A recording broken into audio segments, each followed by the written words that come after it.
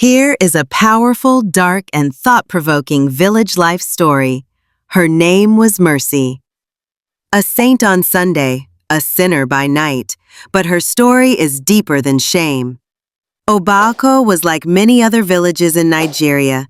Dusty roads, tin roofs that rattled in the wind, and people whose smiles didn't always match their hearts. In the center of the village stood a crumbling church with peeling white paint and rusted bells, and every Sunday its walls echoed with the voice of one girl.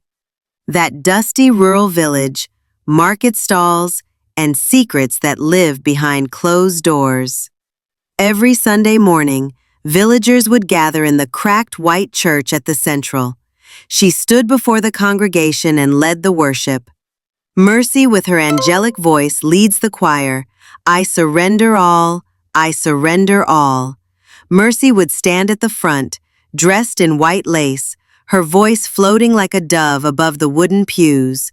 People wept, men stared too long, women whispered too loud. Among them themselves, the kind of woman whose presence made people sit straighter. Skin the color of smooth mahogany, eyes that held oceans of stories, and a voice, my God, a voice that could quiet storms. But behind that voice was a secret that no hymn could cleanse. She's too beautiful to be holy. That one, not temptation in high heels.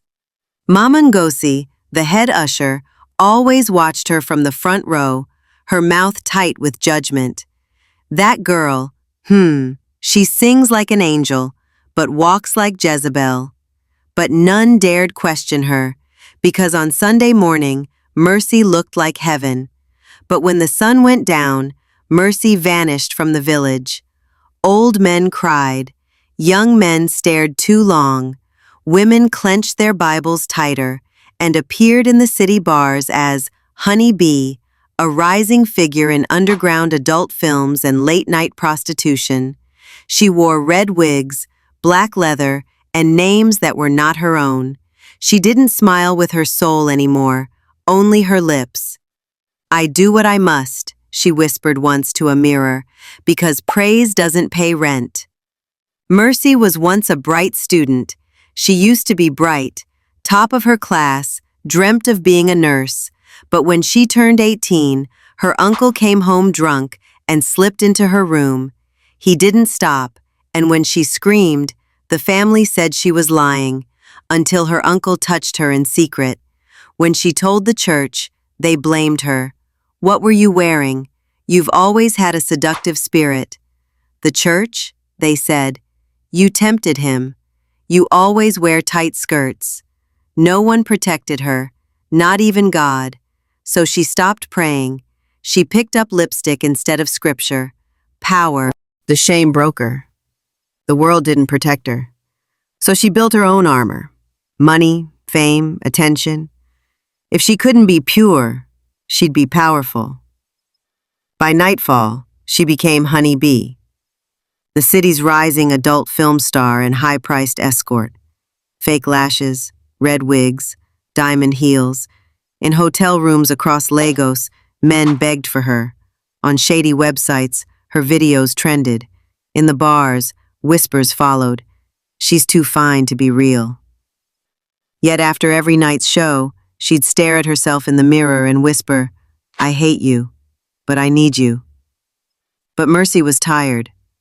She bought her mother a house, but never went home. She gave to the church, but never sat in the front again. Until one Sunday she returned. The village froze when she walked in. Red lips, diamond earrings, designer bag, but her eyes were begging someone to see the real her. I want to rejoin the choir, she said. Pastor Elijah stammered. We'll pray about it. They never did. She fainted in church. The doctor said, stage 4 cancer. Her body, once worshipped by strangers and judged by neighbors, began to wither. But it was Chinadu, the quiet boy. Chinadu never left. He carried her to the hospital. He bathed her when she couldn't move. He read psalms when she lost her voice. Men who stayed, fed her, held her hand. She asked him once, "Do you still think I'm dirty?" And he replied, "Only those who never sin have the right to cast stones, and I haven't met one yet." "You don't need their forgiveness," he replied. "You need peace." He didn't touch her, didn't ask for anything, just sat beside her, week after week. Sometimes they spoke, sometimes they cried, and Mercy began to believe that maybe, just maybe, she could still be love. One night, Mercy whispered, "Chinadu, do you think I'm going to hell?" He cried, "If you are, then I'll follow you, because heaven without you wouldn't be right." On a quiet Sunday, the church choir was interrupted. The front doors opened. A casket was rolled in, white flowers, red lace. The casket was Mercy's. She had asked for one final thing. "Don't bury me in white. I was never perfect. I was fire, and I burned." The day Mercy died, the whole village came. The church was packed. But this time, she didn't wear white.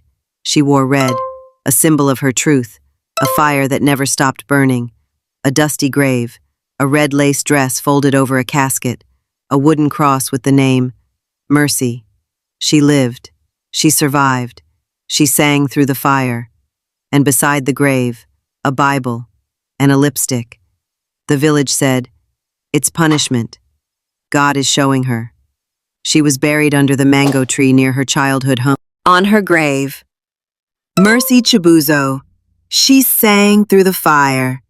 And every Sunday, you can still hear a voice, faint but powerful, as if the wind remembers her song.